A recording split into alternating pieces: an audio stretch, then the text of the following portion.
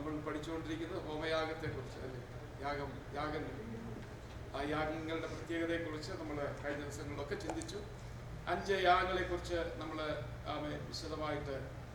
വിശദമായിട്ട് പോയിട്ടില്ല. എന്താ അതിൻ്റെ ഓർഡർ നമ്മൾ മനസ്സിലാക്കാനായിട്ടിടയായി. ഹോമയാഗം, ഭോജനയാഗം, സമാധാനയാഗം, പാപയാഗം, അകൃത്യയാഗം. പിതാവായ ദൈവം തമ്പുരാൻ താഴോട്ട് വരുന്നതിന് ആദ്യം അതിൻ്റെ ഓർഡർ തന്നെ മുകളിൽ നിന്ന് ഹോമയാഗമായി വന്നു, പിന്നെ ഭോജനയാഗം, മൂന്നാമത് സമാധാനയാഗം. എന്നാൽ മനുഷ്യൻ മേളിൽ നിന്ന് താഴോട്ട് പോകുമ്പോൾ സമാധാനത്തിനായിട്ട് ആദ്യം അകൃത്യയാഗം, നമ്മുടെ അകൃത്യങ്ങളെ ഏറ്റുപറഞ്ഞ് പാപക്ഷമ ലഭിച്ചത് കൊണ്ടൊന്നും ആയില്ല. നമ്മൾ ദിവസം തോറും മാനസാന്തരപ്പെട്ട് പാപയാഗത്തിലൂടെ നമ്മുടെ ഇരുപക്ഷത്തെ ഒരുമിച്ചാക്കുന്ന സമാധാനയാഗത്തിലേക്ക് ചെല്ലുകയാണ്. അപ്പോൾ അവിടെ നിന്ന് ഇങ്ങോട്ട് വരികയും മേളിൽ നിന്ന് ഇങ്ങോട്ട് താഴോട്ട് വരികയും നമ്മൾ താഴെ നിന്ന് മുകളിലോട്ട് പോകുന്ന ഈ 5 യാഗത്തിന്റെ ഓർഡർ തന്നെ വളരെ വ്യത്യസ്തമായ നിലയിൽ നമ്മൾ കാണാനായിട്ടിടയായി. കഴിഞ്ഞ ദിവസം നമ്മൾ പഠിച്ചത് ഹോമയാഗത്തെക്കുറിച്ച് വിശാലമായിട്ട് ഈ ദിവസങ്ങളിൽ പഠിക്കുകയാണ്. ഹോമയാഗം സർവാംഗ ഹോമയാഗം എന്ന് പറയും. കാരണം മുഴുവനായി പൂർണ്ണമായി സമർപ്പിക്കപ്പെടുന്ന യാഗം. അപ്പോൾ ഈ 5 യാഗങ്ങളിലും കർത്താവായ യേശുക്രിസ്തുവിനെ വരച്ചു കാട്ടുന്നതാണെന്ന് ദൈവം കൽപ്പിച്ച യാഗങ്ങളാണ്. Price the Lord. പറയുന്നത്, നിങ്ങൾ ആരാധന കഴിക്കുന്നെങ്കിൽ ദൈവം കൽപ്പിക്കുക, അതിന്റെ പ്രമാണങ്ങൾ കൊടുക്കുക. ദൈവം കഴിക്കുന്നെങ്കിൽ നിങ്ങൾ ഊനമില്ലാത്തതും പിന്നെ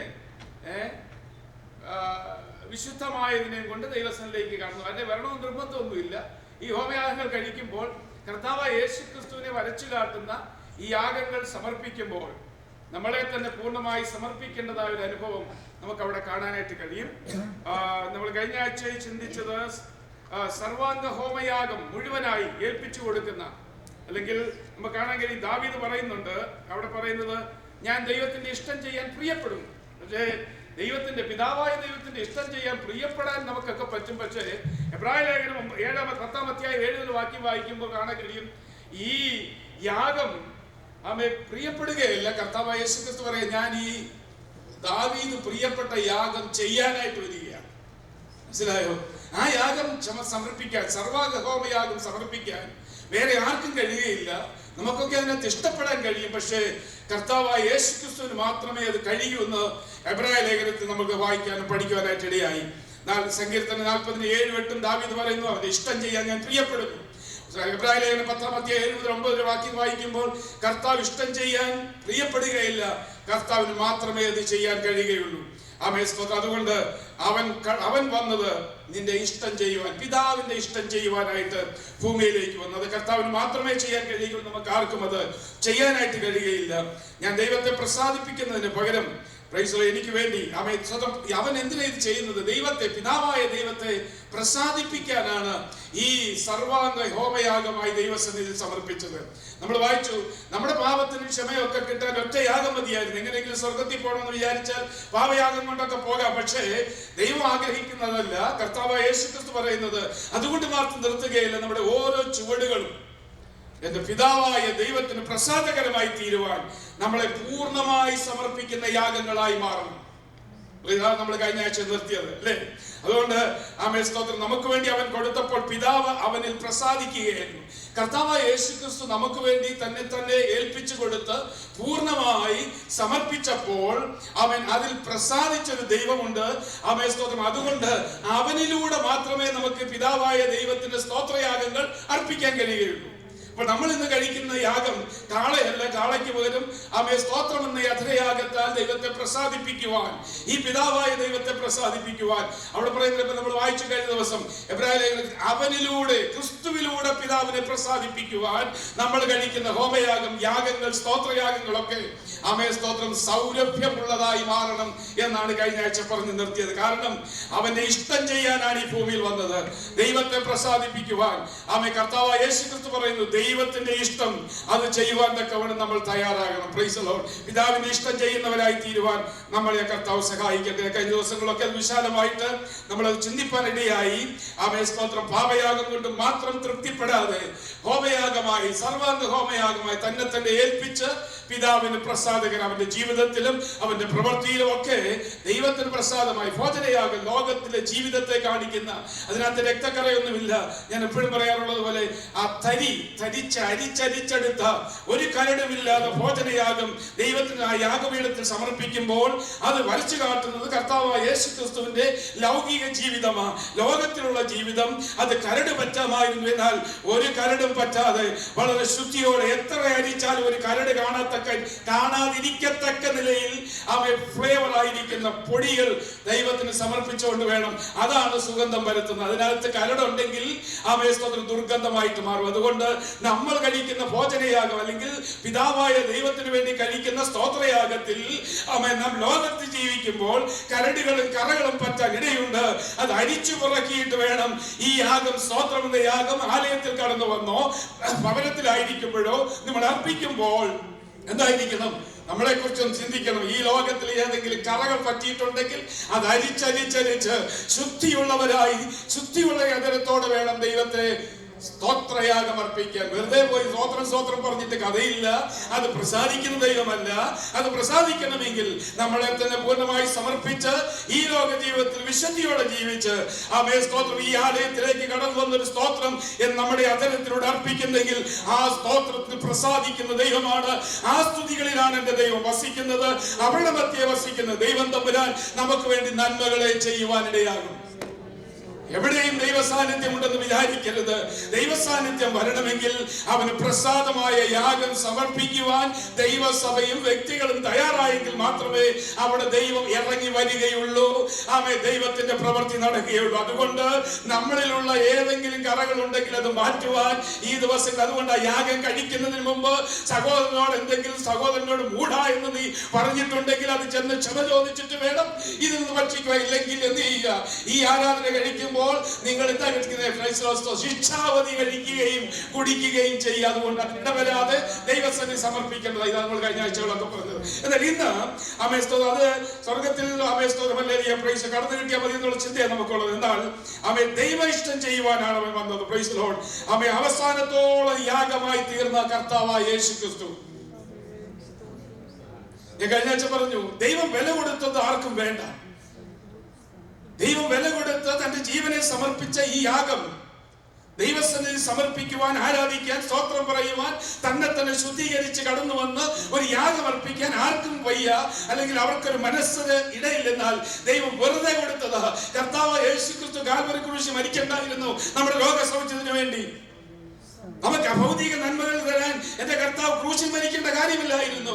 ക്രൂശിൽ മരിച്ചത് മറ്റൊന്നിനുമല്ല, ദൈവത്തെ പ്രസാദിപ്പിക്കുവാൻ, പിതാവായ ദൈവത്തെ പ്രസാദിപ്പിക്കുവാൻ തന്നെ ഏൽപ്പിച്ചു കൊടുത്തുകൊണ്ട് ഒരു യാഗം സമർപ്പിക്കാൻ. അതിനാർക്കും സമയമില്ല, സമയത്ത് വരാൻ പറ്റുന്നില്ല, സമയം നോക്കിയിരിക്കുകയാ. എന്നാൽ ഒരു ഭൗതിക നന്മയുണ്ടെന്ന് പറഞ്ഞാൽ എത്ര നേരം വേണമെങ്കിലും അദ്ദേഹം ഒന്ന് കൈ തലയിലോട്ടൊന്ന് വെക്കട്ടെ. സ്തോത്രം, എനിക്ക് എല്ലാ നന്മകളും ലഭിക്കും. ഇത് കർത്താവ് വെറുതെ കൊടുത്തതാ. വില കൊടുത്തതിന് പ്രാധാന്യം കൊടുക്കുവാൻ ഈ ദിവസങ്ങളിൽ സഭ തയ്യാറാകണം. ആരാധന, ഒരു സ്തോത്രയാഗം അർപ്പിക്കാൻ എത്ര നേരത്തെ കടന്നു വന്ന ആലയത്തിൽ വന്ന് ശുദ്ധിയുള്ളവരായി തീർന്ന് ഞാൻ പറയുന്നുണ്ട്. ഞായറാഴ്ചത്തെ ആരാധന വരുന്ന വഴിക്ക് എന്തെങ്കിലും പറക്കിക്കൊണ്ട് വരികയില്ല. കഴിഞ്ഞ 6 ദിവസത്തെ നമ്മുടെ പിൻപിൽ നിർത്തിക്കൊണ്ട് നമ്മുടെ ജീവിതത്തെ നിർത്തിക്കൊണ്ട് വേണം 7-ാം ദിവസം ദൈവത്തെ ആരാധിക്കുവാൻ. നമ്മുടെ 6 ദിവസം പ്രസാദമുള്ളതായി തീരണം. ദൈവത്തിന് പ്രസാദമുള്ളവരായി തീർന്ന് ജീവിച്ചെങ്കിൽ മാത്രമേ 7-ാമത്തെ ദിവസത്തെ ആരാധനയിൽ ദൈവം പ്രസാദിക്കുകയുള്ളൂ.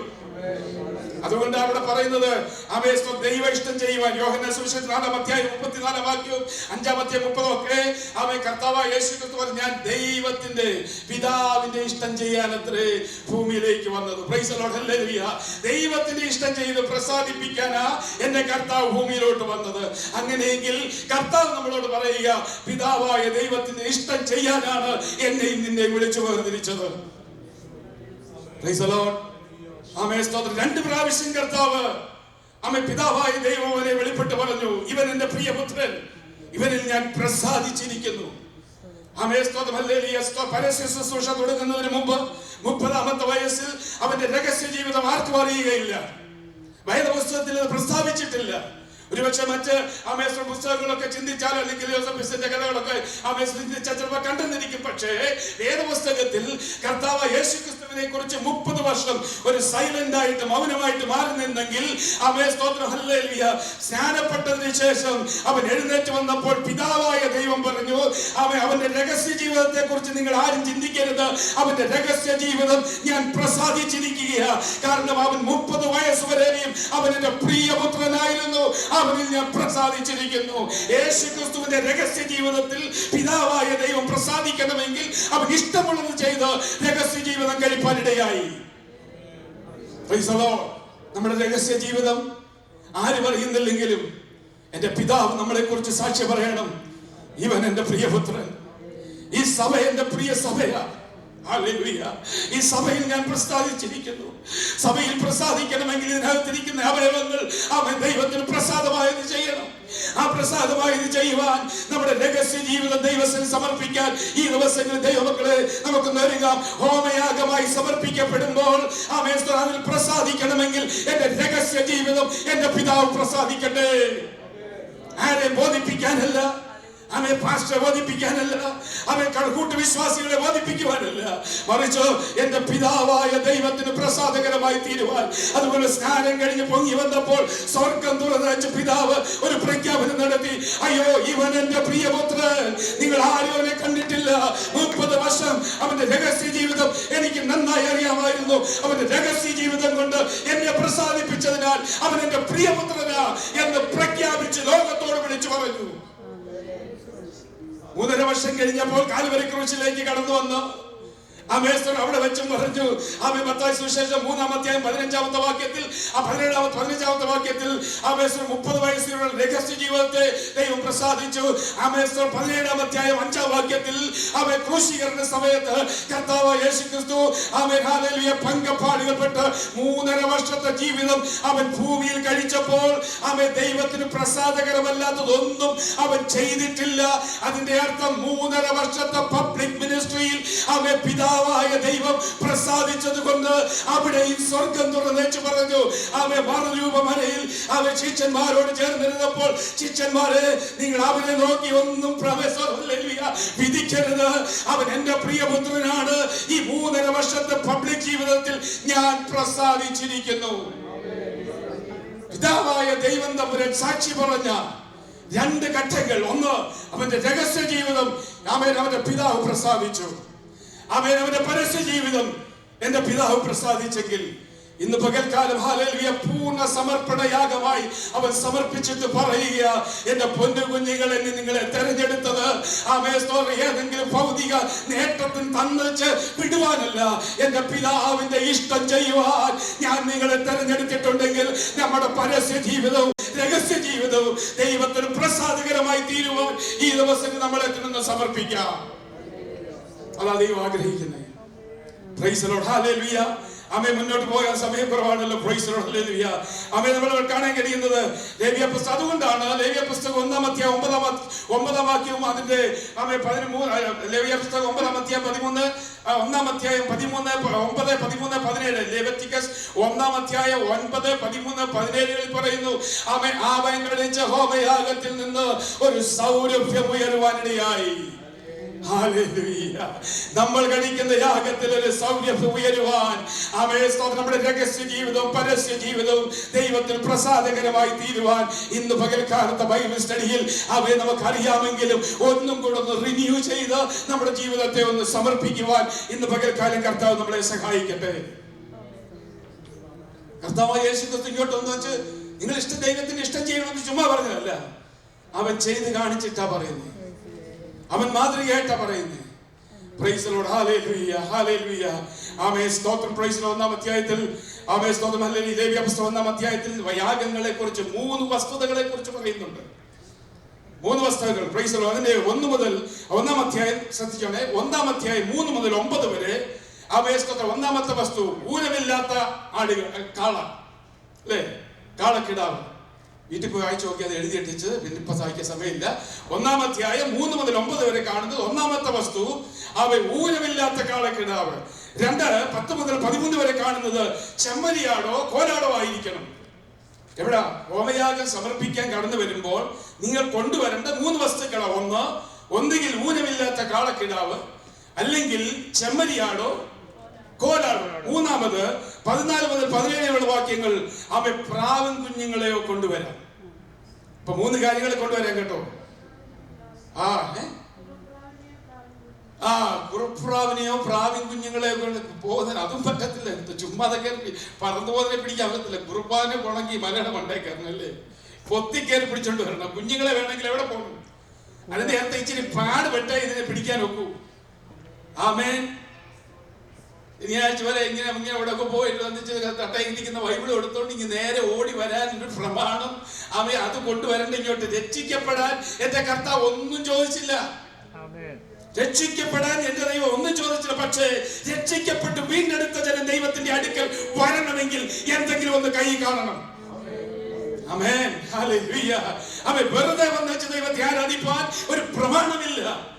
പഴയ നിയമത്തിൽ വ്യക്തമായി പറയുക, പിതാവായ ദൈവം പറയുക, അവൻ ഇസ്രായേൽ മക്കളെ നിങ്ങൾ യാഗപീഠത്തിലേക്ക് കടന്നു ചെല്ലുമ്പോൾ ഒന്ന് അവൻ നിങ്ങളുടെ പ്രാർത്ഥിക്കനുസരിച്ച് അവൻ ആവർത്തന പുസ്തകം 16-ാം അധ്യായം 16-17 വാക്യങ്ങൾ വായിക്കുമ്പോൾ അവൻ ആവർത്തന പുസ്തകം 16-ാം അധ്യായം 16ന്റെ അവസാനവും 17-ഉം ന്യൂട്രോണമി 16 and 17 വായിക്കുമ്പോൾ അവിടെ നിങ്ങൾക്ക് പ്രാർത്ഥിക്കത്തക്കവണ്ണം ദൈവത്തിന്റെ ആലയത്തിലേക്ക് കൊണ്ടുവരണം. Price the Lord. അപ്പോൾ ഈ കാളക്കിടാവിനെ കൊണ്ടുവരണമെങ്കിൽ ഇച്ചിരി പ്രാപ്തി കൂടിയവനെ കൊണ്ടുവരാൻ നോക്കൂ. മനസ്സിലായോ? ഇച്ചിരി അനുഗ്രഹങ്ങൾ കൂടുതലുണ്ടവനെ എന്ത് ചെയ്യാൻ നോക്കൂ? ഈ ഊനമില്ലാത്തതായിരിക്കണം. അപ്പോൾ സ്തോത്രം, ഈ 3 യാഗങ്ങളും ദൈവത്തിന്റെ കർത്താവായ യേശുക്രിസ്തുവിന്റെ സമ്പൂർണ്ണ സമർപ്പണത്തെ കാണിക്കുന്നതാ. ഒന്ന്, ഊനമില്ലാത്ത ആൺകിടാവ്. പ്രാപ്തിക്കനുസരിച്ച് വേണം ആലയത്തിലേക്ക് വരുമ്പോ. പേഴ്സിനകത്തിരിക്കുന്ന പ്രാപ്തി അല്ല തമ്പുരാൻ പറയുന്നത്. ഞാൻ ചാരിറ്റി എത്ര കൊടുത്തെന്നല്ല, മിഷൻ സ്റ്റേഷനെ സഹായിച്ചെന്നല്ല, വേണ്ടെന്നല്ല കേട്ടോ. നീ പാസ്റ്റോട് വന്നു മിഷൻ സ്റ്റേഷൻ അതൊന്നുമല്ല, അതൊക്കെ കൊടുത്തേ പറ്റൂ, അതൊക്കെ അത് വേറെ പ്രമാണമുണ്ട്. എന്നാൽ ആരാധനയ്ക്ക് കടന്നു വരുമ്പോൾ ആമേസ്തോത്രം നിങ്ങളുടെ പ്രാപ്തിക്കനുസരിച്ച് നിങ്ങളെ അനുഗ്രഹിച്ചതിന് തക്കവണ്ണമായി ദൈവസന്നിധിയിലേക്ക് കൊണ്ടുവരണം. Price the Lord. ഞാൻ പറഞ്ഞു, രക്ഷിക്കപ്പെടാൻ എന്റെ ദൈവം നമ്മളോട് ഒന്നും ചോദിച്ചില്ല. ഹൃദയത്തെ ഒന്ന് സമർപ്പിച്ചൊന്ന് കൈവക്കാനായിരിക്കാം പറഞ്ഞത്. ആ ഒരു സമർപ്പണം മതിയായിരുന്നു. എന്നാൽ സമർപ്പിക്കപ്പെട്ട് വീണ്ടെടുത്ത ദൈവസഭയെ ആരാധനയ്ക്ക് വേണ്ടി കടന്നു വരുമ്പോൾ, ഞാൻ കഴിഞ്ഞ ദിവസം പറഞ്ഞു, ആരാധനയ്ക്ക് വേണ്ടി കടന്നു വരുമ്പോൾ വെറും കൈയോടെ വരരുത്, വെറും കൈയോടെ വരരുത്. ഇന്ന് ദശാംശം ഇരിക്കട്ടെന്നല്ല, അതല്ല കർത്താവ് ഉദ്ദേശിച്ചത്. മറിച്ച് അവൻ നീ ആരാധനയ്ക്ക് വേണ്ടി കടന്നു വരുമ്പോൾ അവൻ നിന്റെ കയ്യിൽ എന്തുണ്ടായിരിക്കണം? പ്രാപ്തിക്കനുസരിച്ചുള്ള അവൻ ആടോ കാളയോ പ്രാവും കുഞ്ഞോ ഉണ്ടായിരിക്കണം. ആത്മീകമായ ബന്ധത്തിൽ നാം ചിന്തിക്കുമ്പോൾ, നാം ദൈവസന്നിധിയിൽ കടന്നു വരുമ്പോൾ അനുഗ്രഹിക്കപ്പെട്ടവരായിരിക്കണമെന്നേ. സ്തോത്രം, ഹല്ലേലൂയ. പ്രാപ്തിക്കനുസരിച്ച്, ഹല്ലേലൂയ, സ്തോത്രം. ദൈവം എല്ലാരെയും യഹൂദന്മാരുടെ ചരിത്രം അറിയാമോ? വീതിച്ചു കൊടുത്തപ്പോൾ ഈക്വലായിട്ടാണ് വീതിച്ചു കൊടുത്തത്. മനസ്സിലായോ? ഇസ്രായേൽ മക്കൾക്ക് ദൈവം തമ്പുരാൻ പറഞ്ഞു, നിനക്ക് കൊടുക്ക്, ഞാൻ കൊടുക്കുന്ന ഇഷ്ടം പോലെ വാരി കൊടുത്തു. അവർ ഇഷ്ടമുള്ളിടത്ത് അതിലൊക്കെ പ്രാപിച്ചെടുത്തോട്ടെ എന്ന് പറഞ്ഞ് ഇഷ്ടം പോലെ ഈക്വലായിട്ട് വീതിച്ചു കൊടുത്തു. അവനവന്റെ കയ്യിരിപ്പ് കൊണ്ടും അധ്വാനം കൊണ്ടും അവിവേകം കൊണ്ടും ഇതൊക്കെ വിറ്റ് പിടിച്ചു കളഞ്ഞു. അത് പ്രാപ്തിക്കനുസരിച്ച് ചുമ്മാ ഇരുന്നു കൊണ്ട് തിന്നേച്ച് അവൻ സ്ഥലം വിറ്റ് വിറ്റ് വിറ്റ് തിന്നേച്ച് പോകുന്ന അവൻ ചില ഗോത്രങ്ങൾ ഉണ്ടായിരുന്നു. ഇതൊന്നും ദൈവം തമ്മിലെ ചോദിക്കുന്നില്ല. അത് ആത്മീക ബന്ധത്തിലല്ല പറയുന്നത്. അവൻ അതിന്റെ അർത്ഥം അവൻ ഒരുവനെ ദൈവം വിളിച്ചു വേർതിരിക്കപ്പെട്ടാൽ അവന് കൊടുക്കുന്ന ആത്മീക അനുഗ്രഹങ്ങൾ അത് ഈക്വലാണ്. അതുകൊണ്ടാണ് അവൻ എഫേസ്യർ 1-ാം അധ്യായം 3-ാമത്തെ വാക്യത്തിൽ പറഞ്ഞു, അവൻ സ്വർഗ്ഗത്തിലെ സകല ആത്മീയ അനുഗ്രഹങ്ങളാലും ഞാൻ നിങ്ങളെ വിളിച്ചു വേർതിരിച്ചിരിക്കുക. അതെ, ഒരാൾക്കും പ്രത്യേകം കൊടുത്തിട്ടില്ലെന്നേ. ആർക്കും ഈ ഒരു പാർഷ്യാലിറ്റി ആയിട്ട് എന്റെ ദൈവം തമ്മിലെ പകർന്നു കൊടുത്തിട്ടില്ല. സ്വർഗീയമായ സകല ആത്മീയ അനുഗ്രഹങ്ങളും അവൻ ഈക്വൽ ആയിട്ട് നമുക്ക് വീതിച്ചു തന്നിട്ടുണ്ടെങ്കിൽ അവിവേകം കൊണ്ട് അധ്വാനിക്കാൻ കഴിയാതെ മടിയന്മാരായി അലസന്മാരായി ആത്മീക സമ്പന്നത പ്രാപിപ്പാൻ കഴിയുന്നില്ലെങ്കിൽ അവൻ നീ കൊണ്ടുവരുന്നത് അവൻ ചിലപ്പോൾ പ്രാവും കുഞ്ഞിനെ ആയിരിക്കും.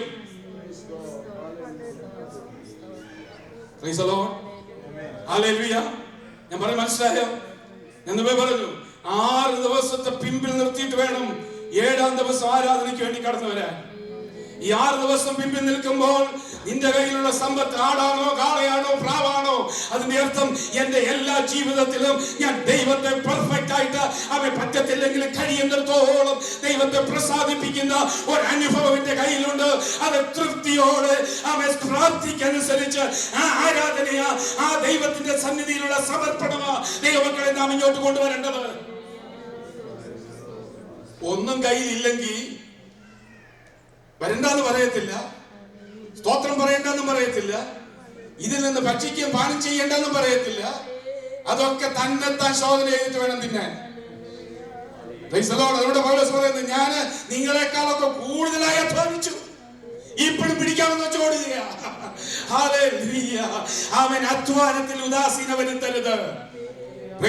ഭൗതികമായ അധ്വാനത്തിലെ ശമ്പളം കാശിന്റെ കാര്യമല്ല നിങ്ങൾ ആലയത്തിലേക്ക് കൊണ്ടുവരുമ്പോൾ പറയുന്നത്. ആത്മിക ബന്ധത്തിൽ നാം എടുക്കുമ്പോൾ ദൈവത്തിന്റെ ആലയത്തിലേക്ക് കൊണ്ടുവരേണ്ട വസ്തുതകളെ കുറിച്ച് നിങ്ങൾ പ്രാർത്ഥിക്കനുസരിച്ച്, അയ്യോ പാസ്റ്റർ എനിക്ക് പ്രാർത്ഥിയില്ല, ഇല്ല, നീ വിളിച്ചു വേർതിരിച്ചപ്പോൾ വെറുതെ വിളിച്ചു വേർതിരിച്ചത്, സ്വർഗത്തിലെ സകല ആത്മീയ അനുഗ്രഹങ്ങളാൽ നിറച്ചാ ഞാൻ നിന്നെ വിളിച്ചു വേർതിരിച്ചത്. അതുകൊണ്ട് ആ നിറയ്ക്കപ്പെട്ട അനുഭവം ഇന്നുകൊണ്ടോ കാലവരിക്കപ്പോൾ 45 വർഷമായിട്ടും എന്റെ ആരോഗ്യം അന്നത്തെ പോലെ ഇന്നുമുണ്ട്. അന്ന് പ്രാപിച്ച വെളിപ്പാടും ദർശനവും ഇന്നുമുണ്ടെന്ന് പറയുവാൻ അവൻ അന്നത്തെ പ്രാപിച്ച പ്രാപ്തി ഇന്നുമുണ്ടെന്ന് അത് ഇടപാടുകളിൽ നഷ്ടപ്പെട്ടിട്ടില്ല, അന്യോന്യമുള്ള സംസാരത്തിൽ നഷ്ടപ്പെട്ടിട്ടില്ല, എന്റെ രഹസ്യ ജീവിതത്തിൽ നഷ്ടപ്പെട്ടിട്ടില്ല. ഈ 6 ദിവസം കഴിഞ്ഞു പോയ 6 ദിവസത്തിൽ എനിക്കത് നഷ്ടപ്പെട്ടില്ലെന്ന് പൂർണ്ണമായി ഉറപ്പോടുകൂടെ അഥവാ നഷ്ടപ്പെട്ടിട്ടുണ്ടെങ്കിൽ ഇന്ന് പകൽക്കാലം ഇത് ഭക്ഷിക്കുന്നതിന് മുമ്പ്, ഒരു സ്തോത്രം പറയുന്നതിന് മുമ്പ് അവിടെ ഇരുന്നു കൊണ്ട് അവരോട് ചെന്ന് നിരപ്പ് പ്രാപിച്ചിട്ട് വേണം ഈ ആലയത്തിലേക്ക് കടന്നു വരുവാൻ. എന്തിനാ? ദൈവം പ്രസാദിക്കുവാൻ.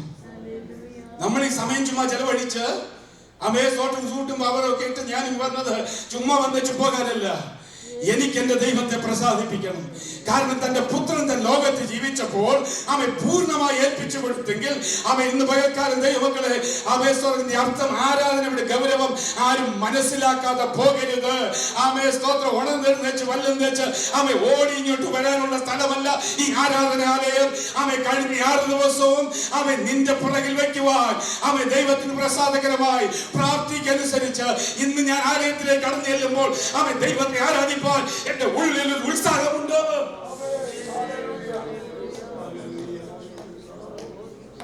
എന്റെ പ്രാർത്ഥി ഇന്ന് ദൈവത്തിനെ ആരാധിക്കാൻ കടന്നു വരുമ്പോൾ നാളത്തെ കുറിച്ചുള്ള ചിന്ത, ഭൗതികമായ ചിന്ത നിന്നെ അലട്ടുന്നെങ്കിൽ, നമ്മളെ അലട്ടുന്നെങ്കിൽ, നിന്റെ രോഗത്തെ കുറിച്ചുള്ള ചിന്ത നമ്മളെ അലട്ടുന്നെങ്കിൽ, നമ്മളെ നിരാശപ്പെടുത്തുന്ന ചില അനുഭവങ്ങളെ കുറിച്ച് നാം ചിന്തിക്കുന്നെങ്കിൽ വട്ടപൂജ്യമാകട്ടോ. ആമേ പഴയ നിയമത്തിൽ യഹൂദന്മാർക്ക് അറിയത്തില്ലായിരുന്നു, അതവർക്കത് മനസ്സിലായില്ല. ചുമ്മാ കാളകളെ കൊണ്ട് അർപ്പിച്ചു. എന്നാൽ പിതാവായ ദൈവം പുത്രനെ വരച്ചു കാട്ടിയിരിക്കുക അവിടെ. പുതിയ നിയമമായി കണക്ട് ചെയ്യുമ്പോൾ ദൈവമക്കളെ കർത്താവായ യേശുക്രിസ്തു വിശ്വസിക്കാൻ തക്കവണ്ണം പഴയ നിയമത്തിൽ വ്യക്തമായി പിതാവായ ദൈവം യേശുക്രിസ്തുവിനെ വരച്ചു കാട്ടിയിട്ട് യഹൂദന്മാരോട് വിളിച്ചു പറഞ്ഞു. പക്ഷേ അവർക്കത് മനസ്സിലായില്ല. നമുക്കത് വെളിപ്പെട്ട് കിട്ടിയതിനാൽ ഞാൻ ദൈവത്തെ സ്തുതിക്കുന്നു. വായിക്കുമ്പോൾ കാണാൻ കഴിയും അവൻ പ്രാർത്ഥിക്കനുസരിച്ച് വേണം കൊണ്ടുവരാൻ. ഈക്വലായിട്ട് ദൈവം തന്നതാ ദൈവമക്കളെ. ഒറ്റ ചോദ്യമേ ഉള്ളൂ, are you faithful to God? ഇന്ന് ആരാധനയ്ക്ക് കടന്നു വന്ന നമ്മൾ ഓരോരുത്തരും ദൈവത്തിൽ പ്രസാദകരമായി തീരുവാൻ ഞാൻ ഇന്ന് കൊണ്ടുവന്നത് ചില പരുക്ക ചിന്തകളാണോ, അപ്പുറത്തിരിക്കുന്നവരെ കുറിച്ചുള്ള ചില അന്യായമായ ചിന്തകളാണോ, സഹോദരനെ കുറിച്ച് ശ്രേഷ്ഠമെന്ന് എണ്ണാൻ കഴിയാത്ത നിലയിൽ എന്തെങ്കിലും ഭാരങ്ങൾ ജീവിതത്തിലുണ്ടോ? സഭയ്ക്കകത്തുള്ള വിഷയങ്ങൾ അത് ഇത് എന്നൊക്കെ പറഞ്ഞ് ചിന്തിച്ചോണ്ടല്ല ഇതിനകത്ത് ഈ സഭ കർത്താവിൻ്റെതാ. അതെങ്ങനെ പോകണമെന്ന് എന്റെ തമ്പുരാൻ നല്ലതുപോലെ അറിയാം. പാതാള ഗോപുരങ്ങളിൽ ജയിക്കാൻ എന്റെ കർത്താവ് അനുവദിക്കുകയില്ല. പക്ഷെ നാം ദൈവസ്ഥലേക്ക് കടന്നു വരുമ്പോൾ ഒരുമിച്ച് ഐക്യതയോടെ ദൈവത്തെ ആരാധിപ്പാൻ കഴിഞ്ഞില്ല എങ്കിൽ ദൈവം കർത്താവായ യേശുക്രിസ്തു പിതാവിനെ പ്രസാദിപ്പിച്ചത് മറ്റൊന്നിനുമല്ല, അവൻ പുത്രനായ ക്രിസ്തുവിൽ പ്രസാദിച്ചിട്ട് നമുക്ക് വേണ്ടി നന്മകളെ ചൊരിഞ്ഞു. ഇന്ന് പകൽ നന്മ പ്രാപിക്കണമെങ്കിൽ, അനുഗ്രഹം പ്രാപിക്കണമെങ്കിൽ, അത് വ്യക്തി ജീവിതത്തിലും കുടുംബ ജീവിതത്തിലും സഭയിലും നന്മ പ്രാപിക്കണമെങ്കിൽ അവൻ ദൈവത്തെ പ്രസാദിപ്പിക്കുന്ന സഭയായി, കുടുംബമായി, വ്യക്തികളായി മാറിയെങ്കിൽ മാത്രമേ ഈ അനുഗ്രഹങ്ങളെ പ്രാപിപ്പാൻ തക്കവണ്ണം കഴിയുകയുള്ളൂ. അതുകൊണ്ട് കർത്താവ് പറഞ്ഞത്, മുമ്പേ അവന്റെ രാജ്യവും നീതിയും അന്വേഷിപ്പീൻ, അതോടുകൂടെ സകലം നിനക്ക് ലഭിക്കും. അതിന്റെ പുറകെ പോകണ്ട. സ്തോത്രം, ഹല്ലേലൂയ, ആമേൻ, സ്തോത്രം, ഹല്ലേലൂയ. ആമേൻ, സ്തോത്രം. ഇവിടെ വായിക്കുമ്പോൾ പ്രൈസ് ദി ലോർഡ്, സ്തോത്രം, ഹല്ലേലൂയ. അതുകൊണ്ട് പ്രാപിച്ച അല്ലെങ്കിൽ സകല ആത്മീയ അനുഗ്രഹങ്ങളാൽ നമുക്ക് തന്നെങ്കിൽ, ആമേൻ, സ്തോത്രം, വീട്ടിലൊരു പിച്ചാത്തിരിപ്പുണ്ട്. ചിലപ്പോ ഇത് കണ്ടിച്ചാൽ എന്ത് ചെയ്തു സഹോദരന്മാരാന്നിട്ട് കണ്ടിച്ചു കൊടുക്കണമെങ്കിൽ നമ്മളൊക്കെ ചെന്ന് നിൽക്കുമ്പോഴത്തെ ഇതങ്ങോട്ട് മുറിയത്തുമില്ല അല്ലേ? എന്നാലും ഒരു സൂത്രം കൊണ്ട് വെച്ചിട്ട് ഉരയ്ക്കാൻ, അത് കുഴച്ചഴിപ്പെടുത്തിയ നല്ല മൂർച്ചയാ അല്ലേ? പിന്നെ ഇച്ചിരി ഈസിയാ. നീ ഇത് ഉരയ്ക്കാതെ എത്ര നേരം കടിച്ചാലും എന്ത് ചെയ്തില്ല, ഇത് മുറിയത്തില്ലെന്ന് പറഞ്ഞ് സഹോദരിയോട് അല്ലെങ്കിൽ വീട്ടിൽ കിടന്ന് വേളം ഉണ്ടാക്കാന്നല്ലാതെ ഇതൊന്ന് മൂർച്ച കൂട്ടാൻ, പ്രാപിച്ച ആത്മീക അനുഗ്രഹങ്ങൾക്ക് മൂർച്ച കൂട്ടാൻ ഈ കഴിഞ്ഞ 6 ദിവസം ഉണ്ടായിരുന്നു. ആമേൻ, ഹല്ലേലൂയ. ഓ, എനിക്ക് പ്രാപ്തിയില്ലെന്ന് പറഞ്ഞ് ആരും മാറി നിൽക്കരുത്. അതാണ് അതിന്റെ അർത്ഥം. ആമേൻ. എന്നെ വീണ്ടെടുത്ത നാളിൽ സകല ആത്മീയ അനുഗ്രഹങ്ങളും എന്റെ കുഞ്ഞുങ്ങളെ നമുക്ക് എല്ലാവർക്കും തന്നു. ദൈവത്തെയോ മനുഷ്യരെയോ കുറ്റം പറയരുത്. ഓ പാസ്റ്റർ, എനിക്ക് അത് ലഭിച്ചില്ല, പാട്ട് ശരിയായില്ല, ആരാധന ശരിയായില്ല, വന്നവന് ശരി. അവനല്ല കർത്താവ് നോക്കുന്നത്. നിന്നെ വിളിച്ചപ്പോൾ നിനക്ക് വേണ്ടി ആത്മീയ അനുഗ്രഹങ്ങൾ എന്റെ കർത്താവ് തുല്യമായിട്ടാണ് തന്നത്. അത് ദിവസം തോറും മൂർച്ച കൂട്ടുവാൻ നിനക്ക് കഴിയുന്നില്ലെങ്കിൽ ഇവിടെ നിന്ന് എത്ര വെട്ടിയാലും വെട്ടുകൊള്ളത്തില്ല, അത് തിരിച്ചു മേലോട്ട് പോവുകയുള്ളൂ. അതുകൊണ്ട് അവൻ പ്രാപിച്ച ആത്മീയ അനുഗ്രഹങ്ങൾക്ക് മൂർച്ച കൂട്ടുവാൻ ഈ ദിവസങ്ങളിൽ ഓരോ ജീവിതവും ഓരോ ദിവസവും അത് മൂർച്ച കൂട്ടി കൂട്ടി കൂട്ടി ആത്മീയമായ പ്രാപ്തി എടുത്ത് കാളയെ തന്നെ കൊണ്ടുവരുവാൻ അവൻ ഈ ദിവസങ്ങളിൽ നമ്മൾ ദൈവത്തിന് സമർപ്പിക്കാം. സഭയ്ക്ക് ഞാൻ വാക്കുകൾ ഉപസംഹരിക്കുക. ഇതിലാദ്യം കാളക്കിടാവ് വായിച്ചിട്ട് ഞാൻ തുടർന്ന് നിർത്താം. യെശയ്യാപ്രവചനം 1-ാം അധ്യായം 3-ാം വാക്യത്തിൽ കാളയ്ക്കൊരു പ്രത്യേകതയുണ്ട്. കാള തന്റെ ഉടയവനെയും കഴുത തന്റെ പുൽത്തൊട്ടി അറിയുന്നു. അവന് പുൽത്തൊട്ടി മതി, പക്ഷെ കാളയ്ക്ക് ഉടയവനെയാണ്. കാളക്കുട്ടി എടുക്കാൻ പറഞ്ഞ് വെറുതെ അല്ല, ഉടയവനെ അറിയുന്ന, ഉടയവനെ അനുസരിക്കുന്ന ദാസ്യ സ്വഭാവമുള്ള കാള. വണ്ടി വലിക്കും, ഉഴുതും, കച്ച ചവക്കും, കച്ച ചവിട്ടും. അവയെ സ്തോത്രം, ഹല്ലേലൂയ. അവയെ ദാസന്റെ സ്വഭാവ രൂപമുള്ള ഗുണമുള്ള കാളക്കുട്ടിയെ വേണം ദൈവത്തിന്റെ ആലയത്തിലേക്ക് കൊണ്ടുവന്ന് ഹോമയാഗം പ്രാകാരത്തിലേക്ക് കടന്ന ഇസ്രായേൽ മക്കളെ, നിങ്ങൾ ഹോമയാഗത്തിന് കാളകളെ തിരഞ്ഞെടുക്കാൻ ഞാൻ പറഞ്ഞത് മറ്റൊന്നുമല്ല. ആമേൻ, ഹല്ലേലൂയ. ഈ കാളയ്ക്കൊരു പ്രത്യേകതയുണ്ട്. കാള തന്റെ ഉടയവനെ അറിയുന്നത്. ഹല്ലേലൂയ. ആമേൻ. പിതാവായ ദൈവത്തെ അറിയുന്ന ദൈവത്തിലെ ആമേൻ, നീ അറിഞ്ഞു കഴിഞ്ഞാൽ കാളയുടെ സ്വഭാവം ഒരു ദാസ്യ സ്വഭാവമാണ്. ആമേൻ, നല്ല സെർവ് ചെയ്യാനാ, അല്ലാതെ ഇടയന്റെ സ്വഭാവത്തിനല്ല വന്നത്. ഇടയനെല്ലാവരും ഒന്ന് സേവിക്കണമെന്ന് ആഗ്രഹം, പക്ഷേ കാള തന്റെ ഉടയവനെ സ്നേഹിക്കുകയും സേവിക്കുകയും അനുസരിക്കുകയും ചെയ്യുന്നത് കൊണ്ട് നീ ആദ്യം എടുക്കേണ്ടത് കാളക്കിടാവിനെയാണ്. Price the Lord. ആ സ്വഭാവം നമ്മളിലേക്ക് പകരട്ടെ. ആമേൻ. ഞാൻ ഇവിടെ നിർത്തുന്ന, അടുത്ത ആഴ്ച ബാക്കി വായിക്കാം, നമുക്ക് അവ ചിന്തിക്കാം. Price the Lord. 1, കാളക്കിടാവിനെ കൊണ്ടുവരണം. കാളക്കിടാവിന്റെ പ്രത്യേകത, അതായത് നാം ആലയത്തിലേക്ക് കടന്നു വരുമ്പോൾ, ആരാധനയ്ക്ക് കടന്നു വരുമ്പോൾ അവ യജമാനത്വം കളിച്ച് പിടിക്കരുത്, ദാസ്യത്വം കളിക്കണം. ഹല്ലേലൂയ. സഭയിലെ ഒരു പോസ്റ്റും യജമാനത്വം തരത്തില്ല, ചുമ്മാതാണ്. പാസ്റ്റാണെങ്കിൽ ഓക്കെ, ശുശ്രൂഷ ചെയ്യുന്നു. അതുകൊണ്ട് ഒരു കാര്യം മനസ്സിലാക്കണം, ഒരു യജമാനത്വം കളിക്കാനല്ല നമ്മൾ ആലയത്തിലേക്ക് വരുന്നത്. ദൈവത്തിന്റെ ആലയത്തിൽ വന്ന് പ്രാർത്ഥിക്കനുസരിച്ച് കൊടുക്കാൻ ഒരുങ്ങുമ്പോൾ കാളക്കുട്ടിയെ തെരഞ്ഞെടുത്തെങ്കിൽ, അയ്യോ കർത്താവ് എന്നും പറഞ്ഞ് പുച്ഛം പഠിച്ച് അടഞ്ഞു ഒതുങ്ങിയിരിക്കാനല്ല, എന്തും ചെയ്യാൻ തയ്യാറാ. ഓ ഹല്ലേലൂയ. ഉടയവനെ അത്രമാത്രം സ്നേഹിക്കുകയും സേവിക്കുകയും ചെയ്യുന്ന ഒരു മനോഭാവത്തോടെ വേണം ഈ ആലയത്തിൽ വന്നൊരു ഹോമയാഗം കഴിച്ചാൽ ആ സ്തോത്രത്തിന് ഒരു വിലയുണ്ട്. ആ സ്തുതിയിൽ വസിക്കുന്ന ഒരു ദൈവത്തിന്റെ സാന്നിധ്യം ഇന്ന് പകൽക്കാലം നമുക്ക് അനുഭവിച്ചറിയാൻ കഴിയട്ടെ. അതിനായി നമ്മളെ ദൈവസഭയിൽ പൂർണ്ണമായി സമർപ്പിച്ചുകൊണ്ട് നമുക്ക് പ്രാർത്ഥിക്കാം. Hallelujah, hallelujah.